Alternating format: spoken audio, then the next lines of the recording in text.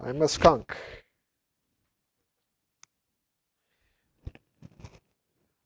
I'm a skunk. And I stink, stink, stink, and I stink, stink, stink. I'm a skunk.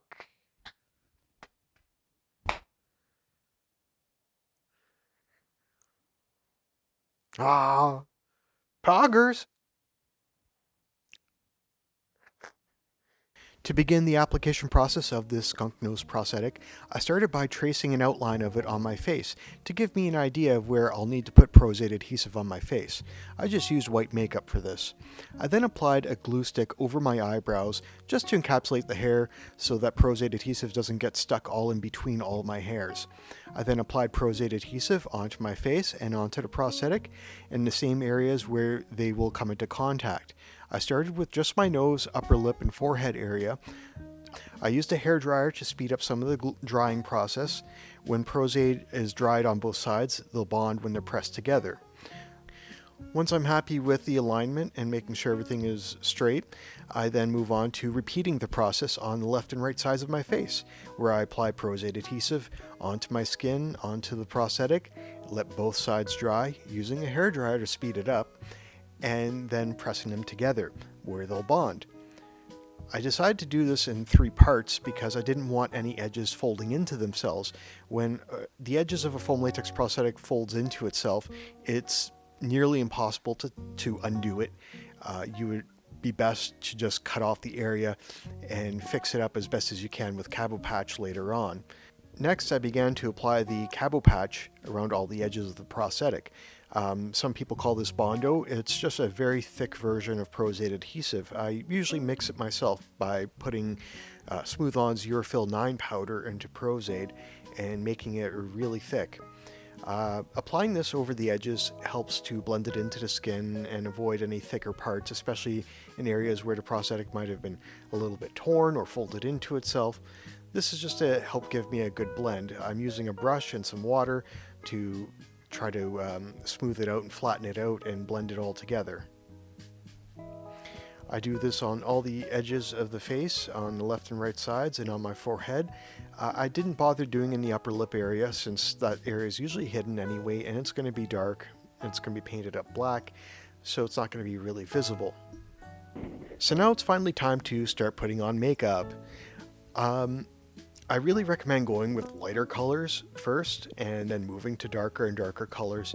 So I started by applying white in the areas where I wanted it to be white, like on the bridge of the nose and the forehead. I then go back and add some to my eyebrows shortly.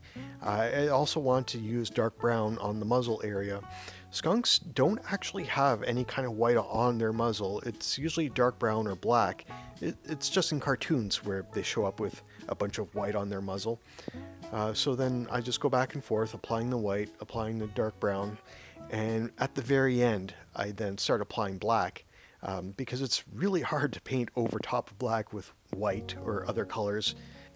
Black is kind of tricky because you want to make sure that you apply your lighter colors first, and if you ever have to apply a lighter color over black, you run the risk of it just blending into the black instead of coloring over it. It becomes a bit of a mess and a pain to clean up. So start with the lighter colors as much as possible. And the last color to go on is a pink for the nose. I did a mixture of dark red and purple with a bit of white and just made a generally dark purpley pink nose.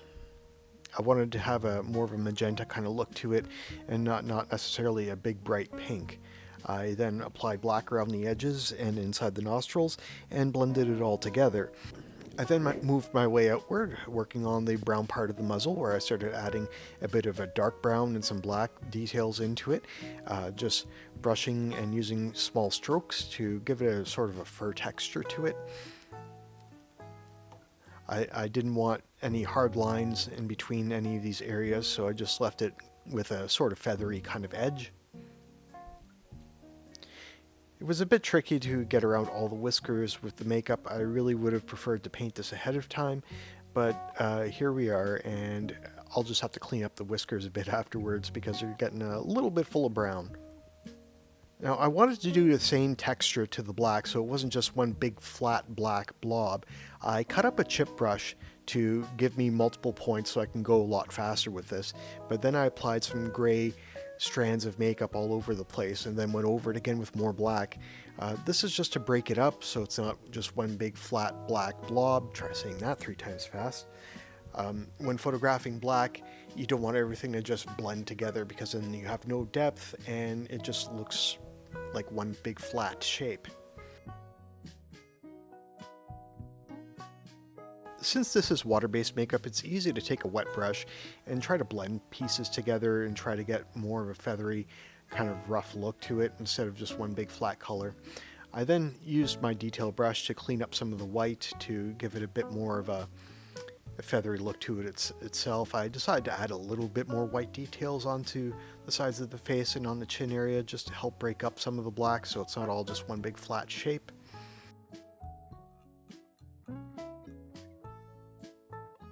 You'll notice I left the area around my eyes with no makeup on it. This is because I'm applying my contacts at the end of my application so I can actually see what I'm doing. So I left the areas blank, and then after all the rest of the face and makeup was done, I applied my contacts and then did the makeup around my eyes. I repeated the same sort of dark purpley pink that I did on my nose around my eyes, blending it into the black.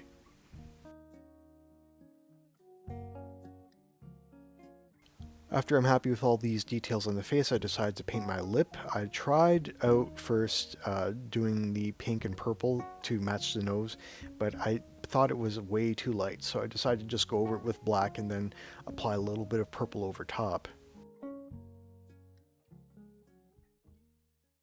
Hello again! This video might stink just a little bit. I'm wearing our skunk nose. This was made specifically to look like a skunk. I used photos of skunks to make the sculpture, just to get that specific shape that they have for their nose. This could pass for other animals if you had to. Certainly you can use it for rats or mice or something like that. If you paint it up in different colors and wear the right costume parts with it, it would pass as something else. But I did have skunk in mind for this. This is just a hot foam latex nose. It was glued on with Prosthetic adhesive and painted up with water-based makeup. It covers a little portion of the forehead and up under my eyes, around my cheeks, the sides of my face, and up in my upper lip area. There is no chin on this piece. It leaves my mouth open and free so that I can be able to speak, I can talk, I can project my voice, I can sing, but I'm not going to sing for you. I can't carry a tune. You can eat and drink. Here, I have a drink. Straws really help. So I can get a lot of performance out of this piece since it doesn't have some large jaw piece being all clunky and muffling my voice. You know, I can smile,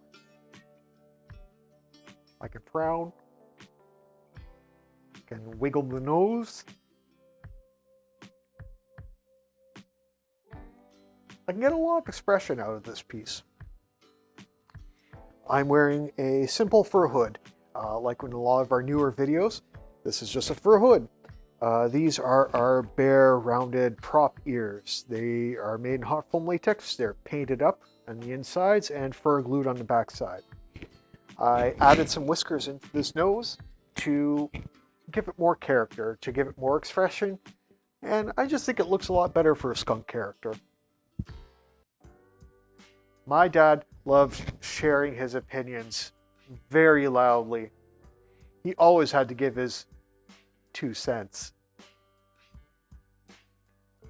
I am absolutely terrible at keeping secrets. Someone's always catching wind of them.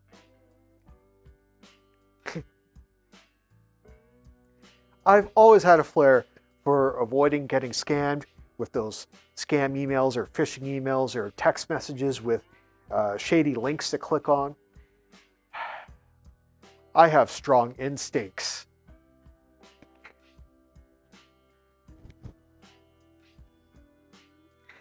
I've been reading and watching One Piece for the last 20 years. I started in the early 2000s, And it's been such an incredible story.